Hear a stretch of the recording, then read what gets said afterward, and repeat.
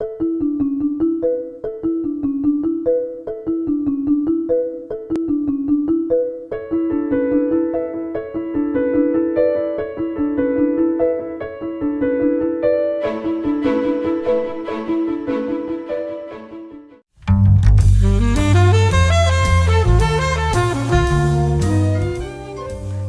I'm Naisha McCauley, and you're watching AccessTV.org.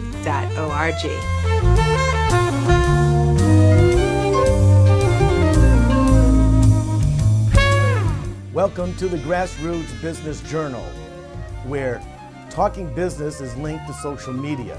I am your host, Paul Wilusz, and with me today we have as our guest is Mike Keiser from the Entrepreneurship Circle. Mike, pleasure to have you on the show. Thanks for having me, Paul. Appreciate it. Good to be here. Nice.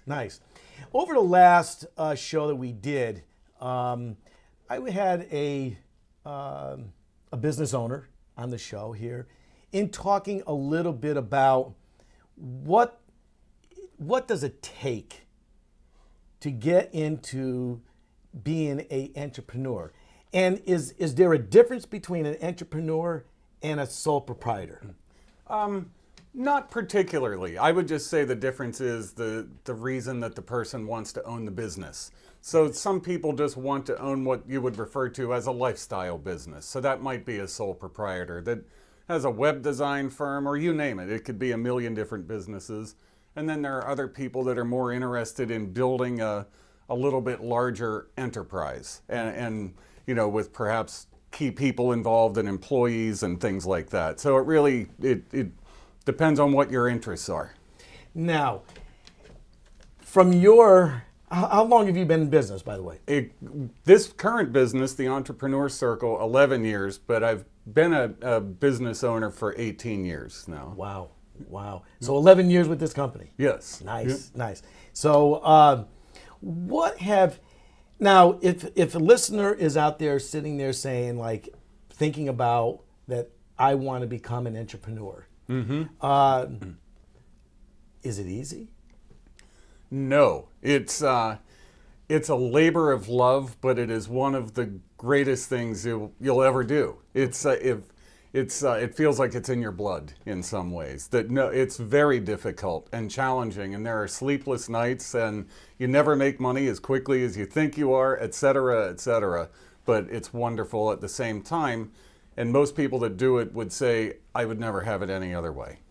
Now, from your business, do you take that person who was thinking of being an entrepreneur, take them through any steps, or bring them along in the with an understanding about what entrepreneurship is about?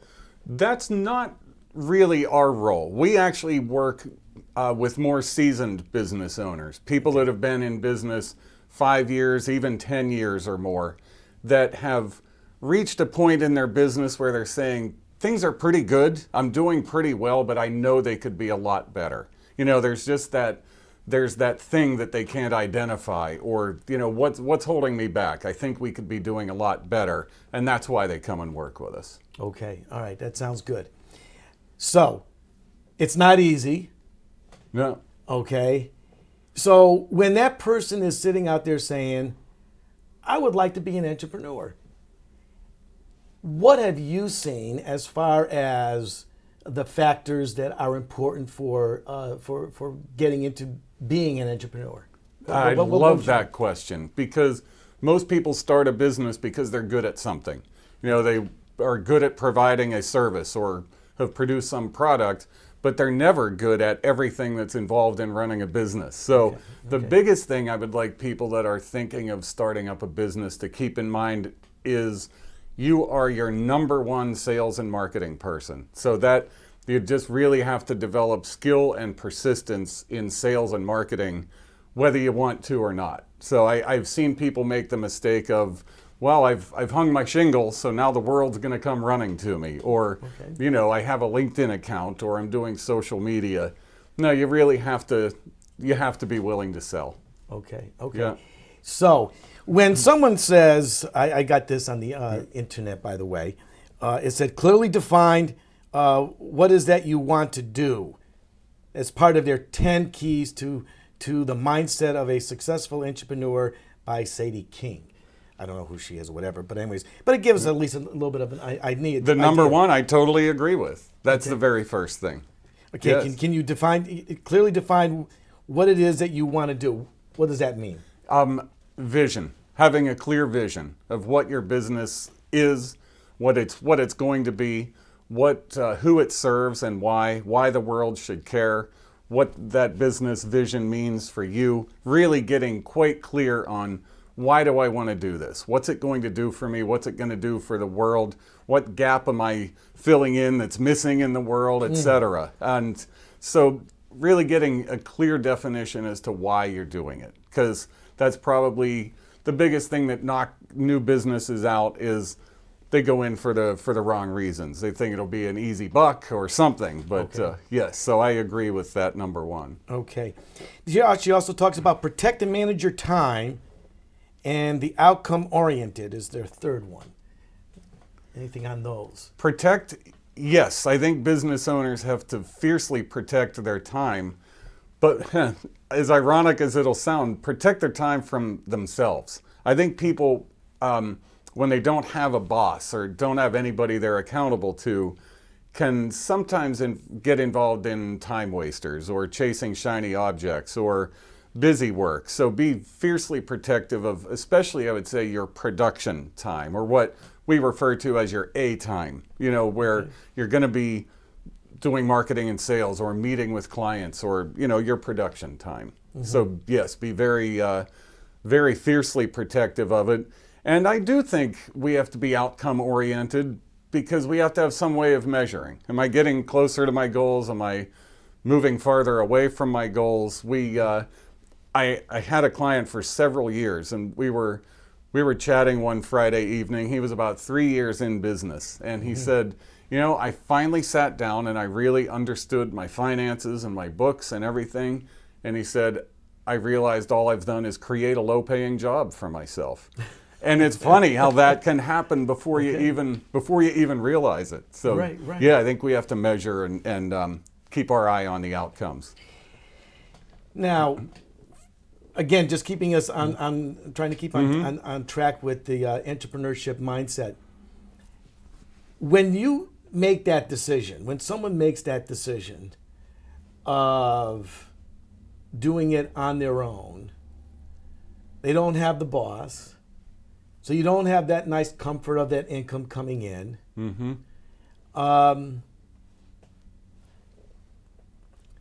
Is that an easy switch that a person goes from employee into a owner? Not always, because one of the nice things, for lack of a better phrase, about being an employee is you are accountable to somebody. If you're not goal-oriented, somebody will be goal-oriented for you. Exactly. And if you don't do it, then you'll be out. Okay. It's really funny though, once we work for ourselves, it's easy to make excuses, or it's easy to take that half day off so yes, I think that's a challenge for a lot of people.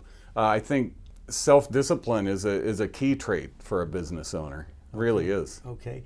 And from the people that you've dealt with, how important has that been in their success? It's been hugely important. Okay. And it's that we've actually seen that turn around people's businesses. A simple exercise we've had people do, and people watching this might appreciate it, is just for a week, track every minute of how you're using your day. So if you spent 15 minutes playing computer solitaire, put it into what you did for that time. Okay. And track your time for a week or two, and you'll probably quickly see how many gaps where time was just wasted, or you could have been doing something more productive. So once even people that are pretty well self-disciplined, find that they're not always using their time and their energy as efficiently as they could. Okay. It says deal with actual facts and live to provide value. Well, I love both of those. I don't know who this Sadie person is either, but she's pretty smart. Let's start with live to provide value. That is huge. And I love marketing. I love sales. Okay. And one of the biggest mistakes I've seen business owners make, especially new business owners, is they don't articulate their value to their potential customers. They don't give people a clear enough reason why they should want to do business with them. It's more the message kind of, we're great, buy our stuff, rather than saying, here's why I'm valuable to you. And then it actually becomes less of a sales process and more of a consultation. Okay. And it's effective marketing wise too. If somebody says, oh, that is describing me, I'll raise my hand, I want to know more. So showing value is key. So for those 11 years that you've been doing this business now, how important has that been for your business owners? It's almost everything. It really is almost everything. Our customers need to feel that our product or service is valuable. And as important, or even more important, the customer needs to feel like we value them, like they are valued people by us. So providing value, showing value, and relationships are almost everything, I would say, in business. Good. Now, I'm just going along with this. Sure. This is kind of fun. The 10 key mindsets for entrepreneurships. There's 6 and 7, perform a mind makeover, and then 7 is focus. Huh. So wow, that's really interesting too. A mind makeover, because in our book that we launched in November, we do a whole chapter, a whole discussion on mind management. And now, what is that? I mean, mind management. We know how to manage people. We think. Yeah. We manage our books.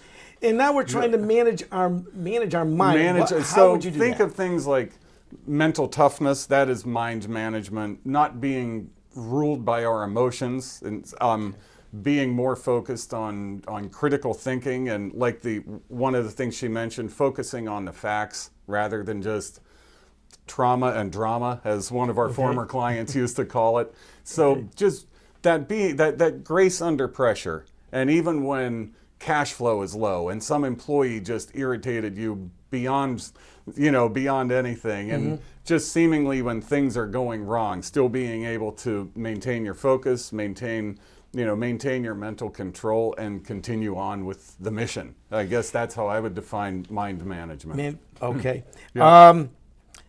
Number 8, she has success by association, and then number 9 was understand self and others. How would you characterize we those? talk a whole lot about that too. And first, understanding self. I think developing a good relationship with ourselves is key. It's important before we can have good relationships with others. Okay. And people spend a lot of time in So blaming themselves and being down on themselves. I mean, if we talk to other people like we talk to ourselves in our own heads a lot of the time, people would hate us. Okay. So we have to have a good relationship with ourselves, and I think it goes along with mind management.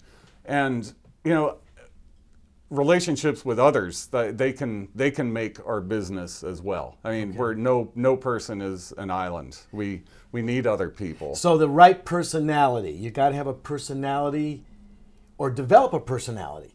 You have to have a personality that people find you sincere and feel like you get them and that you're on their side.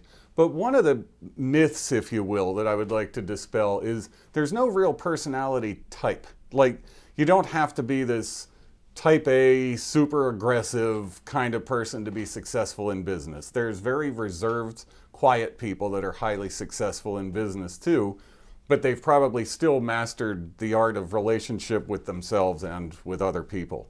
It sounds good. And the last one is number 10. It says take personal responsibility.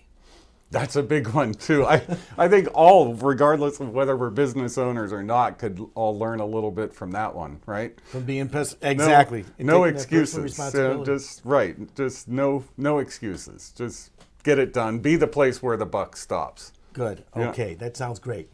Well, So far, we've had a good program here Yeah. so far. It's been really doing very well. Some good information coming across. We've talked about the 10 myths. With that, we're going to take a short pause, and we'll be right back to talk a little bit more with Mike Keiser with his business, the Entrepreneurship Circle.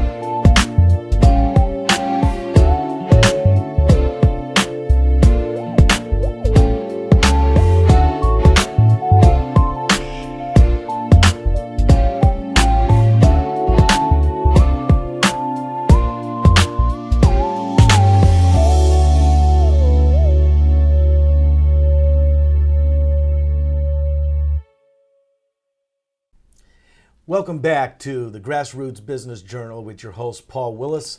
I have with my guest today as Mike Keiser from the Entrepreneurship Circle. Glad to have you here on the show. Nice to be here. Excellent.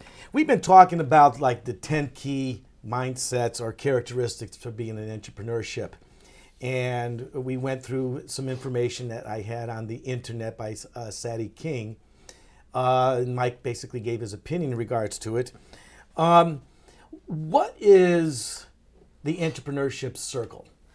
It's an organization. A lot of people that are the owners, presidents, or CEOs of a privately held business sometimes get that lonely at the top syndrome. Okay. So we facilitate what some people know as peer advisory boards. Some people know them as mastermind groups. But these are small groups of owners, presidents, or CEOs that meet on a monthly basis in a very structured, confidential, facilitated think tank type of forum where they act as one another's board of advisors. They share best practices, they share advice, they share things that have worked, things that haven't worked. They all discuss the things that are relevant to the owners of the company. Okay. Now, from having these forums and part of the business, we've been going through a as they're calling it, as the Great Recession. And Connecticut's trying to get its way out of it. What have you seen that small businesses need to really be aware of in this coming out phase here in Connecticut? That's a great question, because it seemed to me like from 2008 to 2011 or 12, it seemed like a lot of small business owners were just hunkered down waiting for the storm to pass. Just do whatever I can to survive. I'm not going to spend a whole lot of money on capital equipment or anything. We're just going to make it through. Now what I'm seeing successful small businesses do that I think others should do is don't be afraid to get out there again. So get out there. Yes, sales and marketing is more important than ever, but there's no real need to be afraid anymore. So now, would you say that would be a reinvention, or you just get back out there? I think get back out there. Okay. Just get back out there and do everything you need to do to be a successful business, because the conditions seem to slowly but surely be improving for the small business owner. Now, I know there's been talk about the fact of, we're looking,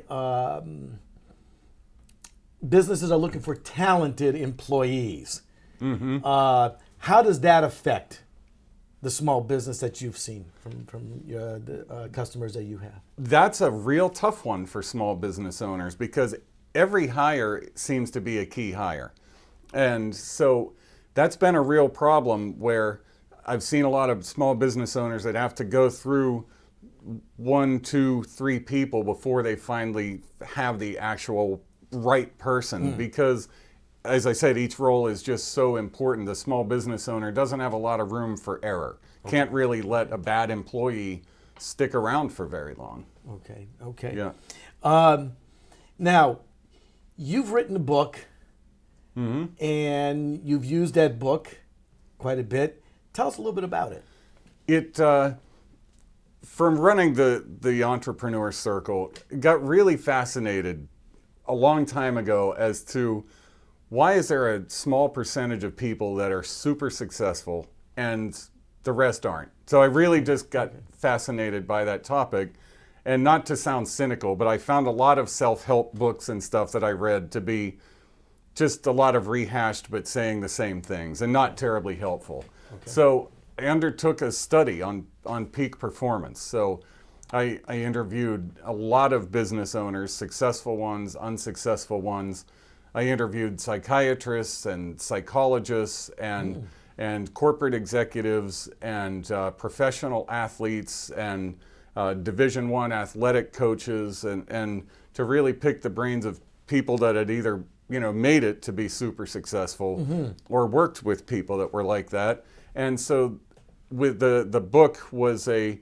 And what's the name of the book, by the way? The book is called Your Practice by Design. Your Practice because by Design. although we work with we have about 30 different industries we work with, we specialize in the financial services world. We have a lot of people in financial services and insurance, so owners of insurance agencies and financial services practices. So the book was geared for them. It's called Your Practice by Design. And it is, it's a culmination of the research we did, plus a lot of things that have come out of the work that we've done with clients for the last 11 years, the work we've done on ourselves as business owners. So it was all that put together. What's been the feedback from the book itself as far as the business owners are concerned? The feedback has been what I was hoping it would be. People use words like practical, pragmatic, useful, things that I can apply to my business. So, and I was hoping, I didn't want it to be these pie in the sky, weird theories and things. I wanted it to be, oh, that makes sense to me. I can apply that to my business. Okay, nice.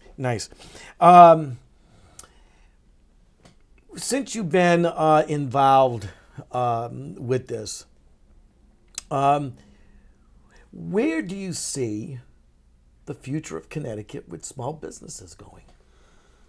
Wow. At the moment, not as hopeful as I would like it to be. It's sadly, well, someone it has doesn't. to say. It Somebody doesn't, has to talk that way. It's still not a terribly business-friendly state for small business owners. Okay. So it is going to be a challenge, I would say. But I'm almost hesitant to say that because I don't want that to be the reason that somebody doesn't start their small business. There's every reason in the world that a small business owner can be successful in Connecticut.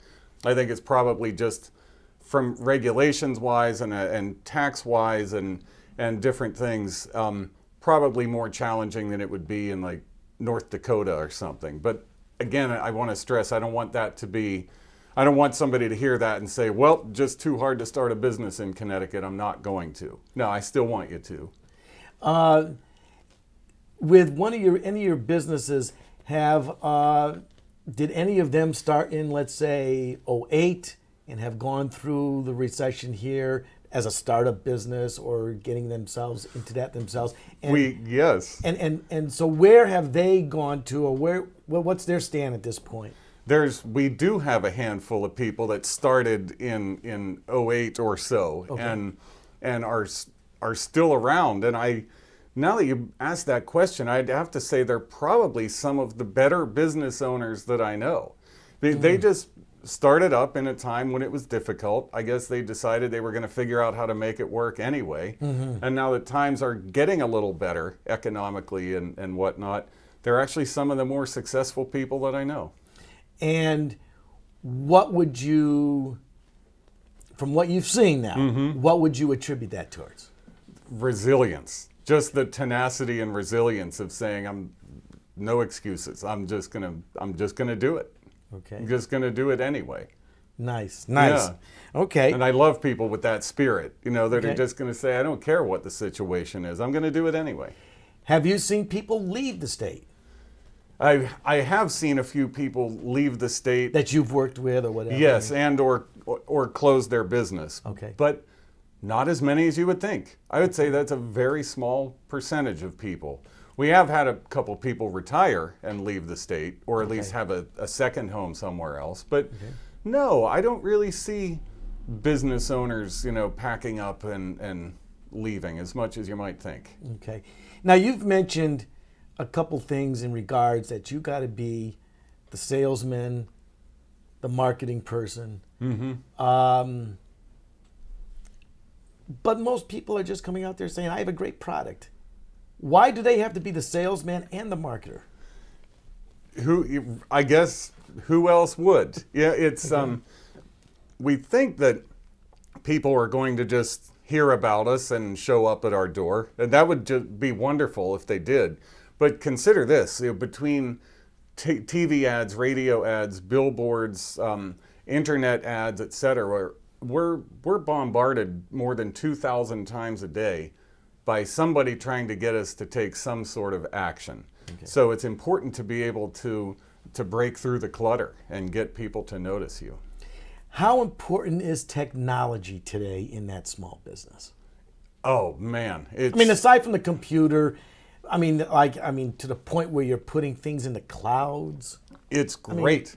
Not figuratively, but Yes, technology is, I think for almost every business owner I know, has become just integral. Like, we can't live without it kind of technology. And there's so much good stuff technologically available for small businesses, whether it's cloud computing and being able to store tons and tons of data in the cloud, to people being able to make their own promo videos, or hosting a podcast, or managing your finances, or just technology is to voice over IP. There's so much we can do. Now, for some owners who may not be as savvy with the technology, how can they effectively compete? I would say whether it's technology or anything that you're not as proficient in, I'd say outsource that as soon as possible. So, for example, most people aren't that great at doing their books. As soon as you can financially do it, outsource your bookkeeping to somebody else. Okay. And I would say from a technology standpoint, find a good little IT company that understands small business and outsource that. And not an IT company that's just going to sell you hardware and run your network, but an IT company that will actually consult with you and say, oh, did you know about these tools and products? Can we help you set them up? Can we help you get your data put in the cloud? Somebody that will be essentially your partner. And there's a lot of good little IT firms like that. Very good. Well, I know that we're running kind of at the end of our show time here. What would you say would be your take to an entrepreneur? If you sat down and talked with them today, and a person's sitting there saying, I really want to, I'm really thinking about doing this business. What advice would you give to them? I would ask them first why and how badly do they want to do this business. Use an analogy. A motorcycle owner told me a long, long time ago, they said to me, only buy a motorcycle if you have to. Like if you just can't get it out of your system, otherwise don't. Okay. There was a famous Broadway director, I forget who said this, but it's kind of a famous quote. He said, I don't want people that want to dance, I want people that have to dance. And so I would say entrepreneurship can be highly rewarding, but primarily, what is your reason for doing it? If it's to either get rid of the boss or because you think it's the way to get rich, that's probably the wrong reason. So I would start with, do you have to do this? Do you have to do this? Yes. Great. Well, I think within that, Mike, it's been a pleasure. It's been a pleasure being here. This is fun. Very good. And I know that Mike has had a lot of other areas that he can really talk about, and I would love to have you come back at a future time. How's that? I would enjoy that quite a bit. Nice, nice. So with that in mind, I've been your host, Paul Wilusz, the Grassroots Business Journal, where talking business is linked to social media. If you have any comments or wish to call me, get in touch with me, you can do that. And until next time, keep talking business.